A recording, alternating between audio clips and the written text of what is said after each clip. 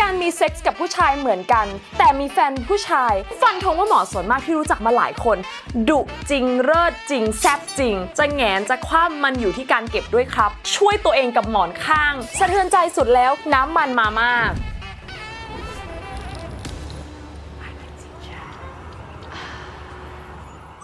Hello ho ho ho that's me สวัสดีค่ะ Welcome to I Can Teach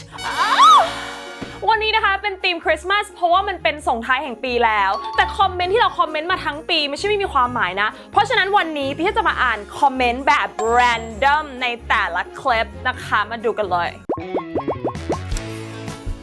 มาดูสิ Oh what's in there Ohเทปของหมอเจี๊ยบค่ะ Let's go ไปดูคอมเมนต์กันแล้วถ้าเกิดเป็นสเปคผู้ชายล่ะถ้าเกิดเราให้ลองพูดดูถ้าเกิดเป็นสเปคผู้หญิงเราก็จะมีของเราอยู่แล้วผู้ชายเป็นไงอะพี่ว่าพี่ชอบผู้ชายแบบขาวหุ่นไม่ได้แบบล่ำแบบบึกอะไม่เอากล้ามกลัวกล้ามลีนชอบแบบนี้เหรอคะลีนแล้วก็ดูมีความสุภาพสะอาดมีความเป็นผู้หญิงนิดนึงอะไรเงี้ยชอบ feminine energy ด้วยใช่ดูอ่อนโยนแต่ตอนเด็กๆอ่ะชอบเสนาห่วยกลัวการมีเซ็กส์กับผู้ชายเหมือนกันแต่มีแฟนผู้ชายตั้งแต่คบมาไม่เคยมีเซ็กกันเลยเราคุยตั้งแต่คบกันแรกๆเขาก็ไม่เคยและยังไม่พร้อมมันจะดีที่คู่เราเปิดใจคุยกันเซ็กส์สำคัญแต่ไม่ใช่เรื่องใหญ่ขนาดนั้นสำหรับคู่เราปัจจุบันรักกันดีคบกันมาจะ2 ปีแล้วส่วนตัวเราชอบผู้หญิง99ชอบผู้ชาย 1% ค่อนข้างยากที่จะเป็นไปได้กับผู้ชายแต่แฟนคนนี้นิสัยเหมือนผู้หญิงมั้งเลยคบกันรอดส่วนตัวออกแมนๆหน่อยคำถามคืออะไรวะเขาขึ้นมาเล่าให้ฟังเรื่องไปคอมเมนต์มันแต่ว่าเล่าได้ไม่ใช่เป็นคำถามเนาะคือหลายคนน่ะสมัยก่อนฉันคิดว่านี่คือผู้ชายและนี่คือผู้หญิงชอบผู้ชายก็ชอบไปเลยชอบผู้หญิงก็ชอบไปเลยแต่คนลืมคิดว่าเราเป็นสเปกตรัมตอนนี้สังคมเปิดกว้างนะคะมันเลยทำให้ทุกคนสามารถ explore ได้ซึ่งความสัมพันธ์แบบนี้ก็น่าสนใจนะเขาบอกว่าเขาอินกับผู้หญิง 99% แต่ก็คบกับผู้ชายนะอาจจะเป็นเพราะนิสัยหรือเปล่าบางคนตอนนี้นะคะมันมีอะไรที่เรียกว่า pansexual คือไม่ได้แคร์ว่าคนนี้เป็นเพศอะไรหรืออะไรยังไงคือชอบเพราะว่าตัวตนของเขาเหมือนกับแบบจิตวิญญาณของเขาซึ่งมันเป็นอะไรที่แบบว่าอีกเลเวลนึงนะไอเป็นคนที่แคร์คนนึงหน้าตาเพราะฉะนั้น it's not me but maybe that's you รู้สึกดีมากที่ทำงานบริษัทข้ามชาติในไทยแฟนที่เป็นดีนะได้รับสิทธิการรักษาเท่าเทียมกับภรรยาในสังคมเนี่ยพอคนแต่งงานกันมันจะได้สิทธิบางอย่างเช่นผู้ชายไปทำงานบริษัทนี้เมียเขาได้รับการรักษาอะไรอย่างเงี้ยคือนั่นคือถูกกฎหมายแต่ตอนนี้นะคะในบริษัทนี้เขามีความเปิดกว้างคือแฟนของเขาที่เป็นดี same sex marriage เนี่ยสามารถได้รับสิทธิเท่าเทียมกันอันนี้ก็แบบ good thing นะคะ that's happening บริษัทที่เป็นอย่างนี้นะคะมันก็จะดึงดูดคนที่มีความสามารถที่อยากจะแคร์เรื่องแบบนี้ก็ได้เพราะบางอย่างมันก็เกี่ยวอยู่แล้วเงินเดือนก็เกี่ยวแต่บางอย่างมันคือสวัสดิการนะทุกคนอันนี้ก็เป็นหนึ่งในสวัสดิการที่น่าชื่นชมนะคะ next one หมอปีแอร์ค่ะหมอนะคะที่หน้าตาดูแบบสุภาพอ่อนโยนเซ็กส์ดุทุกคนเป็นยังไงคะทุกคนไม่รู้แฮะแต่ของผมเนี่ยก็โอเคนะ ฟันธงว่าหมอส่วนมากที่รู้จักมาหลายคนดุจริงเลิศจริงแซ่บจริงแต่ไม่ได้หมายถึงทุกคนนะพูดในมุมที่เจอกับตัวเองแซ่บจริงคืออย่างที่เรารู้นะคะเราชอบคิดว่าหมอคือเด็กเนิร์ดมาก่อนคือคนเด็กเรียนที่ตั้งใจเรียนแต่จริงๆแล้วเด็กเนิร์ดหลายคนนะคะเขาก็แซ่บอยู่เด้อใครเคยเห็นคนแซ่บที่ดูเป็นเด็กเนิร์ดบ้างคอมเมนต์ได้ค่ะถ้าเกิดไอ้พวกที่จูงอซ้ายงอขวางอหน้างอบนเนี่ยมันเกี่ยวกันช่วยตัวเองมือไหนเป็นพิเศษหรืออะไรไหมคะไม่เกี่ยวทุกคนตอบแบบเนี้ยงั้นป่านนี้ผมก็เบ้ขวาแล้วดิ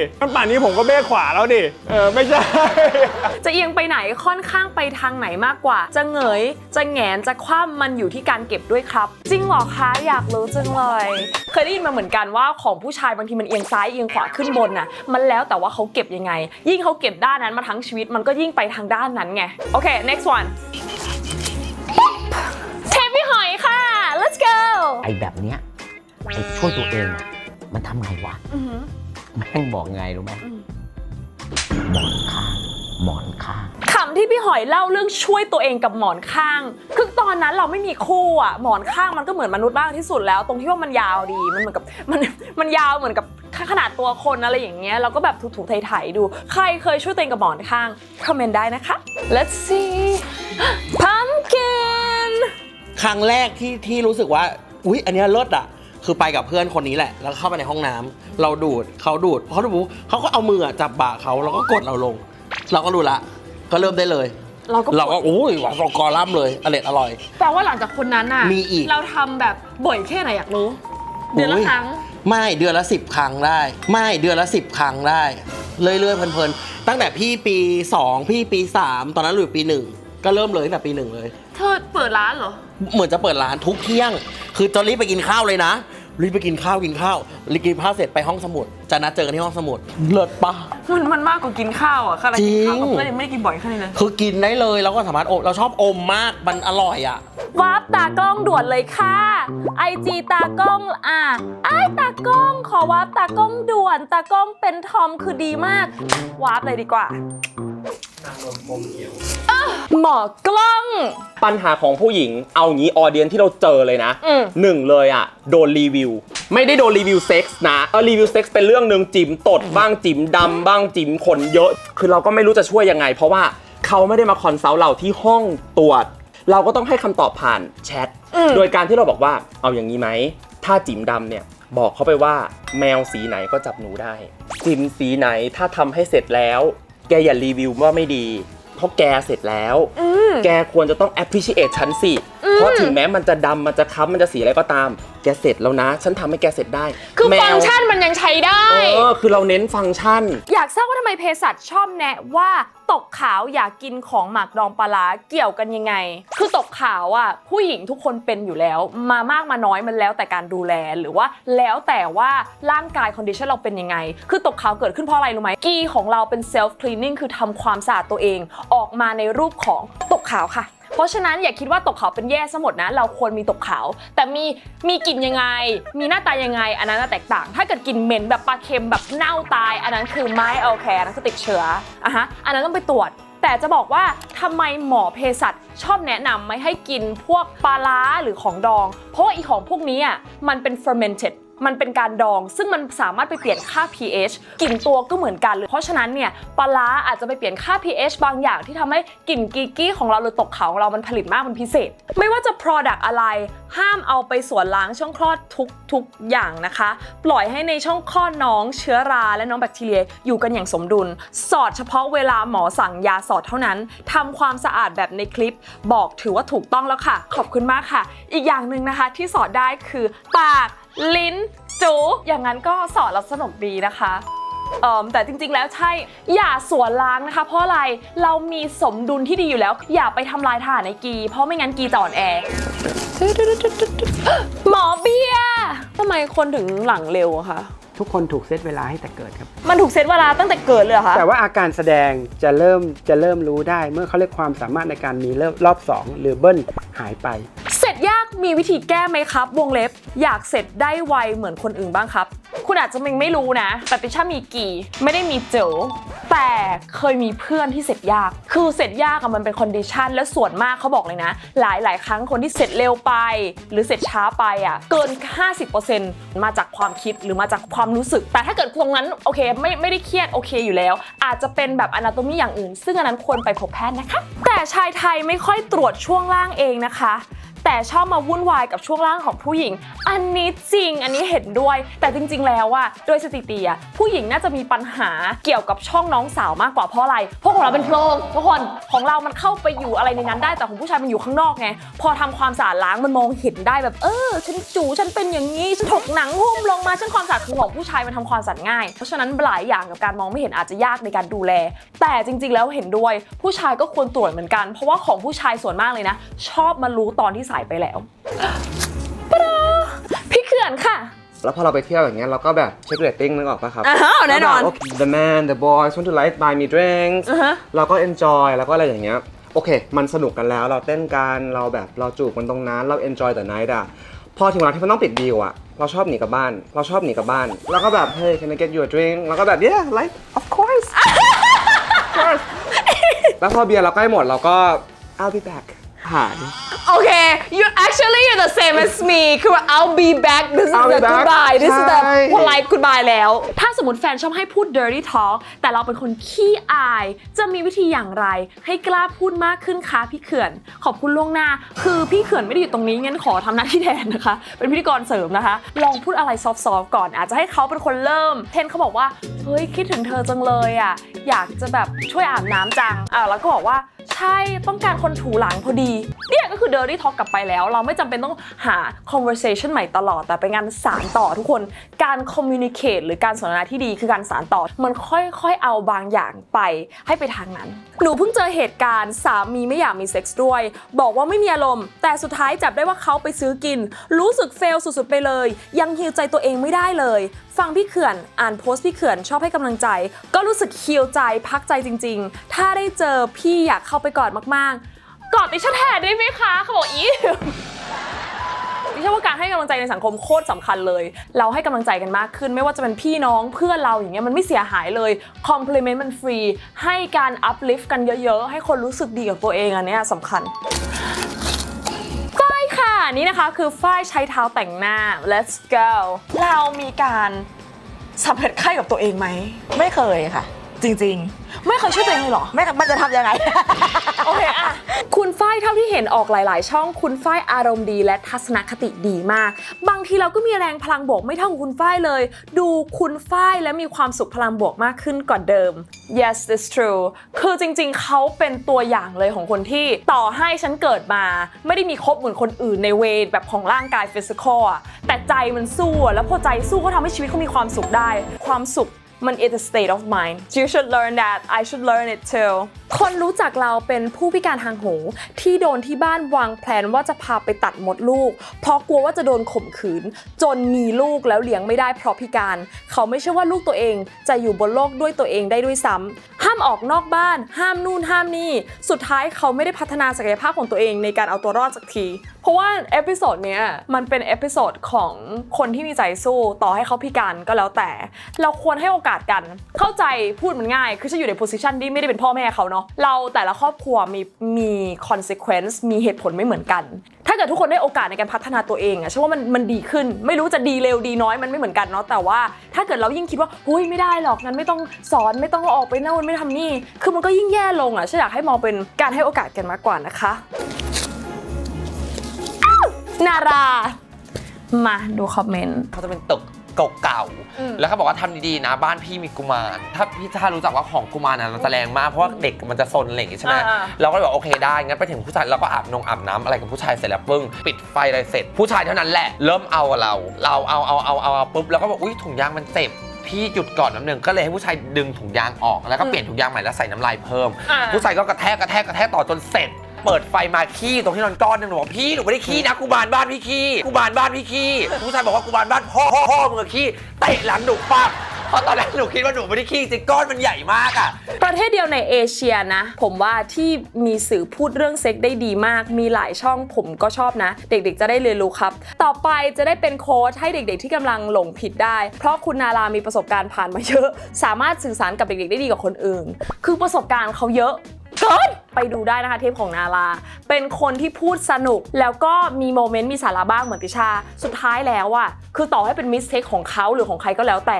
เราสามารถเรียนรู้ได้นะตอนคนมาเล่าเหตุการณ์ที่เขาเคยล้มเหลวหรือเคยทำผิดพลาดอะไม่จำเป็นว่าเราจะทำตามนะเราแค่อาจจะเรียนรู้จากเขาสะเทือนใจสุดแล้วคลิปนี้น้ำมันมาม่า เสร็จเปิดไฟมาตึ้งมาบ้าฝนเต็มที่นอนเลยเอาน้ำมันบ้ามาไวๆอะคืออันวันนั้นหาน้ำมันมาม่าเจอถ้าเกิดหาอย่างอื่นเจอเขาอาจจะใช้อย่างอื่นก็ได้นะคะทุกคนจำไว้นะถ้าเกิดเรายังไม่พร้อมที่จะมีอะไรอย่าเพิ่งมีนะเพราะความมันไม่ทิ้งเราไปไหนพรุ่งนี้เราใหม่ได้น้องตะวัน let's go โอเค โดยธรรมชาติอะหนูเป็นคนขี้อายไม่ค่อยเรื่องคุยกับใครก่อนแต่ไอเรื่องแบบเป็นเซ็กเทเตอร์อะมันเป็นความชอบของหนูเองเป็นรสนิยมของตัวเองมันก็เป็นความชอบของพี่เหมือนกันนะเฮ้ยไม่ได้อย่าเป็นเสียดายเซ็กครีเอเตอร์เมืองไทยมีความสามารถมีเสน่ห์กันหลายคนมากแต่กฎหมายบ้านเรามันเมืองพุชคนดูมีแต่พวกไม่มีมารยาทดูเงียบๆดูแบบให้เกียรติไม่เป็นก็นั่นแหละอดดูกันไปความเห็นของฉันมีอย่างนี้ติช่ารู้สึกว่าเมืองพุทธอะเป็นอีกเรื่องหนึ่งพอมันกลายเป็นเงินในประเทศที่ต้องการอะมันจะเป็นการพุชให้คนหลายคนที่ desperate เรื่องเงินไปทำอาชีพที่เขาอาจจะคิดว่าอยากได้เงินเร็วแต่ไม่รู้ว่า consequence มันเป็นการถกเถียงที่สามารถมาทำอีกเอพิโซดหนึ่งได้เลยคนอาจจะคิดว่าติช่าโคตรแบบ support แบบทุกคนทำ OnlyFans not everyone should do maybe it's not for you for somebody ชอบนะผู้หญิงที่ใส่ใจรายละเอียดตรงนี้มีเปลี่ยนอารมณ์คอสบ้างยั่วบ้างเพิ่มความเซ็กซี่มันทำให้เรามี อารมณ์มากขึ้นเพราะรู้สึกเลยว่าเฮ้ยชุดนี้เมียเราเซ็กซี่จังว่ะขอเน้นๆเถอะอะไรประมาณนี้โคตรดีเลยชุดคอสตูมเปลี่ยนเป็นคนละคน บางทีมันบิวบรรยากาศอะไรอย่างเงี้ย เคยเป็นอะไรบ้างน่าจะเป็นหลายอาชีพแล้วใช่ไหมแอร์โฮสเตสเธอก็น่าจะเคยเป็นป่ะ ไม่เป็นเราข้ามเลยเป็นแม่ชีเรา มันเป็นแบบแม่ชีแบบคอสเพลย์อะทุกคน อ๋อมันเป็นฮอตนันมันคือนัน ใช่ เธอพูดแม่ชีกูคิดแม่ชีไทยนะ ไม่ใช่แม่ชีอย่าง คิด นั้น ว่าโกนหัวแม่ชีไทยนะที่ฉันรู้สึกว่าคนที่สินเสมอกันอยู่ด้วยกันแล้วก็มีฟีลไปทางเดียวกันอันนั้นน่ะโชคดีคือคนเซ็กซ์ไดรฟ์ต่ำเจอคนเซ็กซ์ไดรฟ์ต่ำก็มีปัญหาไงแล้วการที่เราอยู่คนนึงไปนานๆนะอยู่แล้วมันจะมาตื่นเต้นเหมือนครั้งแรกเป็นไปไม่ได้เพราะฉะนั้นเนี่ยสามารถ spice things up อาจจะใส่คอสเพลย์อาจจะสมมุตินู่นสมมุตินี่อาจจะเปลี่ยนบรรยากาศอย่างเงี้ยมันก็ช่วยเซ็กซ์ไลฟ์ได้นะคะไม่ต้องทำทุกวันนะทำแบบบางครั้งในโอกาสพิเศษอะไรอย่างเงี้ยก็รู้สึกว่ามันสนุกดีตื่นเต้นได้ค่ะพลอยชมพู คือมันมีคนที่ปล่อยเฟกนิวว่าเรามีคลิปหลุดซึ่งก็คือเหมือนกับว่าเขาลงในแบบพวกแอปอะไรต่างๆอย่างพวกเพจกลุ่มที่มันเป็นแบบในเฟซหรืออะไรอย่างเงี้ยว่าแบบเป็นรูปแคปเฉยๆแล้วก็มีรอยสักเราอะไรเต็มไปหมดซึ่งตอนแรกเราเข้าใจว่าเฮ้ยเราถูกแอบถ่ายตอนที่เราไปทำงานต่างจังหวัดหรือเปล่าเพราะว่าคือเรารู้ว่าเราไม่ทำอะไรแบบนั้นอยู่แล้วเราก็เลยแบบว่าลองไปสืบดูก็แบบเอ้ยทำไมมันรูปมันแปลกๆเพราะว่าที่เรารู้สึกแปลกก็คือทำไมนมมันเล็ก เราก็เป็น PCOS เหมือนกันประจำเดือนไม่มาเป็นปีไปหาหมอครั้งแรกหมอจ่ายยาปรับฮอร์โมนมาให้ประจำเดือนก็มาแต่พอไม่กินก็ไม่มาเลยพอไปหาหมออีกรอบก็แนะนำให้กินยาคุมแล้วก็บอกว่าถ้ากินทุกเดือนอาจจะหายแล้วประจำเดือนจะมาปกติแต่ช่วงนี้กินบ้างไม่กินบ้างเพราะเวลานอนไม่ปกตินอนดึกบ้างนอนเช้าบ้างเพราะปั่นโปรเจกต์จบเลยทำให้ไม่ได้กินยาและประจำเดือนไม่มาเลยพอเราได้รับคำแนะนำจากหมอเราควรทำในระยะนั้นคือเข้าใจว่าชีวิตมันยุ่งแหละแต่ว่าพอเกิดยูกินนิดนึงหยุดกินมันจะไม่ต่อเนื่องแล้วแทนที่มันจะหายมันใช้เวลานานคืออยากให้ทุกคนนะไม่ว่ายูมีปัญหาอะไรก็แล้วแต่กับร่างกายของตัวเองอย่างเงี้ยเช่นเขาบอกกินยาฆ่าเชื้อทุกคนต้องกินให้หมดนะไม่สามารถกินแล้วแบบดูเหมือนจะดีขึ้นแล้วก็หยุดกินเพราะว่าอะไรรู้ไหมเพราะว่าไม่งั้นเชื้อมันจะมีความต้านมันได้คือทุกคนมีหน้าที่ไม่เหมือนกันเนาะบางคนอาจจะยุ่งกว่าใช่อีกแต่อยากให้สุขภาพของตัวเองเป็นหนึ่งในสิ่งที่สำคัญเพราะว่าเราใช้ร่างกายของเราในการทำงานทุกคนถ้าเกิดร่างกายเราไม่ไหวเราก็หาเงินไม่ได้เราก็ไปเรียนไม่ได้เราก็ทำงานไม่ได้เราก็เจอเพื่อนไม่ได้เพราะฉะนั้น take care of yourselfต่อไปนะคะเป็นแขกรับเชิญที่คนดูอยากให้มามากที่สุด EP ต่อไปอยากให้พี่เฟยมาค่ะอยากให้มาเหมือนกันนะถ้าเกิดเฟยดูอยู่นะ please come โอเคต่อไปนะคะเชิญพี่เจตพิพัฒน์มาทีค่ะอยากให้มาเหมือนกันค่ะมาได้ไหมคะเจตพิพัฒน์โอเค next one เหลือแค่หนุ่มกันชัย Oh my god เขาคงมีเรื่องราวเยอะเนาะถ้าเกิดพี่หนุ่มกันชัยมานะจะเป็นบุญมากเปลี่ยนจากโหนกระแสมาโหนขอบเตียงไหมคะพี่หนุ่มCome here baby อุ๊ยโอ้น่ากลัวมาก EP หน้าอยากให้ใบเฟิร์นพิมพ์ชนกใบเฟิร์นสักวันถ้าเกิดโชคดีจะได้มาออกถ้าเกิดเขามาพูดเรื่องประสบการณ์ของอีทองนะคะในเรื่องทองประกายแสดก็เป็นอีกเรื่องหนึ่งนะ We never know แต่นี่คือ fingers crossed ไว้อยากให้ใบเฟิร์นบอกเหมือนกันอยากให้พี่ใต้ฝุ่นมาเลยค่ะอยากให้มาเดี๋ยวติดต่อไปหมดเลยนะคะพี่ใต้ฝุ่นนะคะมาออกหน่อยนะคะคือจะชวนทุกคนผ่านกล้องไปเลยต่อไปขอพี่กวางเดียลองเชิญค่ะพี่กวางเดียลอง Welcome to I Can Teach เชิญกวางมาที่ปราสาทของฉัน Yeah เชิญบีน้ำทิพย์มาสนุกแน่ตัวแม่กับตัวลูกถามกันใช่ปีหน้าพี่บีน้ำทิพย์ You have to come เดี๋ยวฉันจะมาให้ได้นะคะถ้าพี่บีบอกให้ชาพูดเรื่องเซ็กส์จะถามพี่บีว่าพูดลึกแค่ไหนถ้าพี่บีบอกให้ชาเด้าหมอนข้างจะถามว่าเด้าแดงแค่ไหนฉันจะเด้าให้สุดใจเลยค่ะโอเคต่อไปนะคะอยากให้เชิญพี่ไทม์ไทย ไทม์ไทย I want you here with me in this bed แล้วนี่นะคะก็คือคอมเมนต์ของเรานะคะแต่ละ EP เพราะฉะนั้นเนี่ยอย่าลืมนะคะคอมเมนต์ติช่าอ่านนะปีหน้าใครจะมานะคะก็ต้องรอดูนะคะสำหรับวันนี้นะคะขอบคุณมากเลยค่ะที่ดูเอพิโซดนี้ฝากกดไลค์ subscribe คอมเมนต์ด้วยนะคะ Merry Christmas นะคะทุกคนขอให้ทุกคนมีความสุขปังๆนะคะแล้วก็มี sexy amazing หรือใครไม่อยากมีเซ็กส์ก็ได้นะคะแต่ยังไงก็แล้วแต่ขอให้ทุกอย่างราบรื่น and so perfect แล้วก็ขอให้ทุกคนโชคดีค่ะสาวๆเคยเป็นไหมคะตอนเป็นประจำเดือนแล้วใส่ผ้าอนามัยเนี่ยรู้สึก เปียกแฉะเลอะอับไม่สบายตัวสุดๆเลยค่ะใช่อีกทางเลือกนึงมาแนะนำนะคะนี่คือถ้วยอนามัย Flow Days ค่ะเป็นถ้วยที่ทำมาจากซิลิโคนทางการแพทย์ 100% นะคะจะเป็นการพับไปอย่างนี้ใส่เข้าไปในช่องคลอดนะคะแล้วมันก็จะเปิดเป็นการรองรับเลือดค่ะไม่ต้องห่วงเลยนะคะว่าเจ็บเพราะว่าซิลิโคนเนี่ยเป็นซิลิโคนนิ่มค่ะพอใช้เสร็จแล้วนะคะเราก็ดึงออกมาเทเลือดทิ้งนะคะแล้วก็ทำความสะอาดค่ะข้อดีของตัว Flow Days นะคะก็คือเป็น reusable ค่ะนำกลับมาใช้ใหม่ได้นะคะเพราะฉะนั้นเนี่ยประหยัดทั้งเงินประหยัดทั้งเวลาแถมยังลดขยะไปได้เยอะมากเลยค่ะและที่สำคัญนะคะไม่มีกลิ่นเลยค่ะเพราะว่าเลือดเนี่ยไม่ได้สัมผัสกับอากาศหรือว่าแบคทีเรียนะคะทำให้คุณเนี่ยมั่นใจได้ตลอดทั้งวันค่ะไม่ว่าคุณจะไปว่ายน้ำเล่นเต้นโยคะอะไรก็แล้วแต่นะคะใช้ชีวิตแบบอิสระแล้วก็มั่นใจกับถ้วยหน่วย Flow Days ค่ะสามารถติดตามโซเชียลมีเดียของเราได้นะคะทาง Instagram แล้วก็ TikTok นะคะ Flow Days แล้วก็ Line นะคะ